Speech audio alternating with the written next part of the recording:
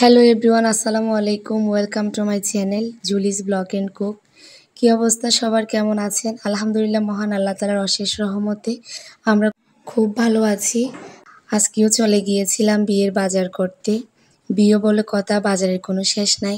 যতদিন বিয়ে শেষ হচ্ছে না ততদিনে কিছু না কিছু করাই লাগবে। যাই হোক, আমাদের বাড়িতে হচ্ছে 2টা জামাই। আপনাদের ভাইয়া তো আজ 5.5 বছর পর্যন্ত জামাই ছিল। তো এখন আলহামদুলিল্লাহ আমার মেজো বোনের বিয়ে হতে যাচ্ছে, তার জামাই। এখন 2টা জামাই। তো আমার আম্মু আব্বুর ইচ্ছে ওরা দুজন একই রকমভাবে সাজবে, ওরা দুজনকে আম্মু একই রকমভাবে দেখতে চাই। তাই জন্য আম্মু আব্বুর কথা মাথায় রেখে আমরা ওদের জন্য একই রকম পায়জামা পাঞ্জাবি নিয়ে নিব। এটা হচ্ছে দোকানটার নাম হচ্ছে রাজস্থান। আপনারা অনেকে চিনেন, কারণ রাজস্থান দোকানটা অনেক জায়গায় বিভিন্ন শাখা রয়েছে। তাই জন্য যাই হোক, আমি, আমার ছোটো বোন, আমার ভাই এবং আপনাদের ভাই এসেছিলাম আজকে মার্কেটিং করতে। এখানে সব ধরনের কাপড় পাওয়া যায়। দেখেন, এটা অনেক বেশি সুন্দর ছিল। তো আমার বোন এবং আমার বোনের বরের জন্য কি নিয়েছি সেটা একেবারে বিয়ের সময় আপনাদের সাথে শেয়ার করব, আপনাদেরকে দেখাবো। তো রাজস্থানে ঢোকার সাথে সাথে কফি দেয়। আমরা কফি খাচ্ছিলাম। আমার ছেলেও দৌড়ে এসেছে, সে কফি খাবে। তো যারা রাজস্থান থেকে কেনাকাটা করেন, যেহেতু দেশের বিভিন্ন জায়গায়, বিভিন্ন স্থানে, বিভিন্ন জেলায় বা বিভিন্ন উপজেলায় এই রাজস্থান রয়েছে, তারা জানেন এখানকার কোয়ালিটি অনেক ভালো। যাই হোক, আমরা অনেক কিছু কেনাকাটা করে নিয়েছি। কেনাকাটা করার পর খুব খিদে লেগে গিয়েছিল। খেতে চলে এসেছি রেস্টুরেন্টে। আমাদের এই রেস্টুরেন্টটা অনেক বেশি সুন্দর। আমরা প্রায় সময় এখানে এসে থাকি। তো এখান থেকে ভিউটা অনেক বেশি সুন্দর লাগে, একদম কক্সবাজারের মতো লাগে। আমরাও কক্সবাজারের অবশ্য, কিন্তু উপজেলাটা ভিন্ন আর কি। তো খুব বেশি বৃষ্টি হচ্ছে। আমার বোনের বিয়েটা এমন একটা অবস্থায় হচ্ছে যে যখন অনেক বেশি বৃষ্টি হচ্ছে। তো আমরাও মার্কেট করতে বের হচ্ছি, ঠিক তখনই প্রচুর বৃষ্টি, এখনও থামে নাই। এদিকে আমরা চিন্তায় পড়ে গেছি যে গায়ে হলুদের দিন কী হবে, মানে কালকে বৃহস্পতিবারে আমার ছোটো বোনের গায়ে হলুদ। আমি এখন আমার বাসায় আছি, কারণ আমি এমন একটা অবস্থায় পড়ে গিয়েছি যে দুটানার মধ্যে।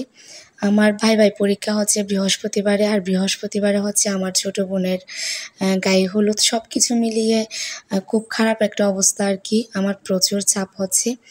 তো বাসায় চলে এসেছি। বাসায় চলে এসে রাতের জন্য রান্না করে নিব। তেমন কোনো কিছু রান্না করব না, মুরগির মাংস ফ্রাই করব আর ডাল রান্না করে নিব। যেহেতু শুধুমাত্র রাত্রে খাওয়া দাওয়া করব। সকালে আমি চলে যাব কক্সবাজারে আমার কলেজে, আর আমার ছোট বোন, আপনাদের ভাইয়া, আমার ভাই এবং আমার ছেলেকে নিয়ে ওরা চলে যাবে আমার বাবার বাড়িতে। অনেকগুলা খাঁচা বাজার করা লাগবে, তাই জন্য একেবারে সব কিছু করে ওরা চলে যাবে। তো রাত শেষ হয়ে গেল, আমি সকাল সকাল উঠে রেডি হয়ে নিলাম কলেজে যাওয়ার উদ্দেশ্যে। আসলে আমার মনটা খুবই খারাপ, কারণ আজকে আমার ছোটো বোনের গায়ে হলুদ, আর আজকে আমাকে চলে যেতে হচ্ছে কলেজে। এতদিন অবশ্য আমি আমার বাবার বাড়িতে ছিলাম, 4-5 দিন পর আবার বাসায় এসেছি। যেহেতু আমার বাবার বাড়ি থেকে আমার শ্বশুর বাড়ির এদিকের মার্কেট অনেক ভালো, তো সব কিছু আর কি এদিকে অনেক ভালো পাওয়া যায়। তাই জন্য সেখান থেকে এখানে চলে এসেছি বিভিন্ন বাজার টাজার করার জন্য। তো এই আর কি, আমি এবার বের হয়ে যাব। সকালে নাস্তা করে নিয়েছি, ওদের জন্যও করে দিয়েছি। এবার আমি কলেজের উদ্দেশ্যে বের হয়ে গেলাম। এখন চলে যাব টার্মিনালে গাড়িতে ওঠার জন্য। যেহেতু আমি কখনো একা যাইনি, আজকে সকাল সকাল আপনাদের ভাইয়া এবং আমার ছোট ভাই কিছু বাজার করতে চলে গিয়েছে, তাই জন্য ওদেরকে আমি পাইনি। খুব আনইজি লাগতেছে, তাও কি করব, বাধ্যতামূলক কলেজে যেতেই হবে। আমার ভাইটা এমন এক অবস্থাতে পড়েছে, মানে সব কিছু সামলাতে হচ্ছে। আর কালকে বুধবারে ছিল হচ্ছে আমাদের বিদায় অনুষ্ঠান, সেখানেও আমি অ্যাটেন্ড করতে পারি নাই। সেটার জন্য প্রচুর মন খারাপ। খুব সুন্দর করে অনুষ্ঠান হয়েছে কলেজে। তো এই 4 বছরে আমি কলেজের কোনো অনুষ্ঠান হয়নি। আসলে অ্যাটেন্ড করব কীভাবে, যখন কোনো কিছুই হয় নাই। তো কালকে একদিন সুযোগ ছিল সবার সাথে দেখা হওয়ার, সবার সাথে পরিচয় হওয়ার, সেটাও আর হলো না এদিকের ঝামেলার কারণে।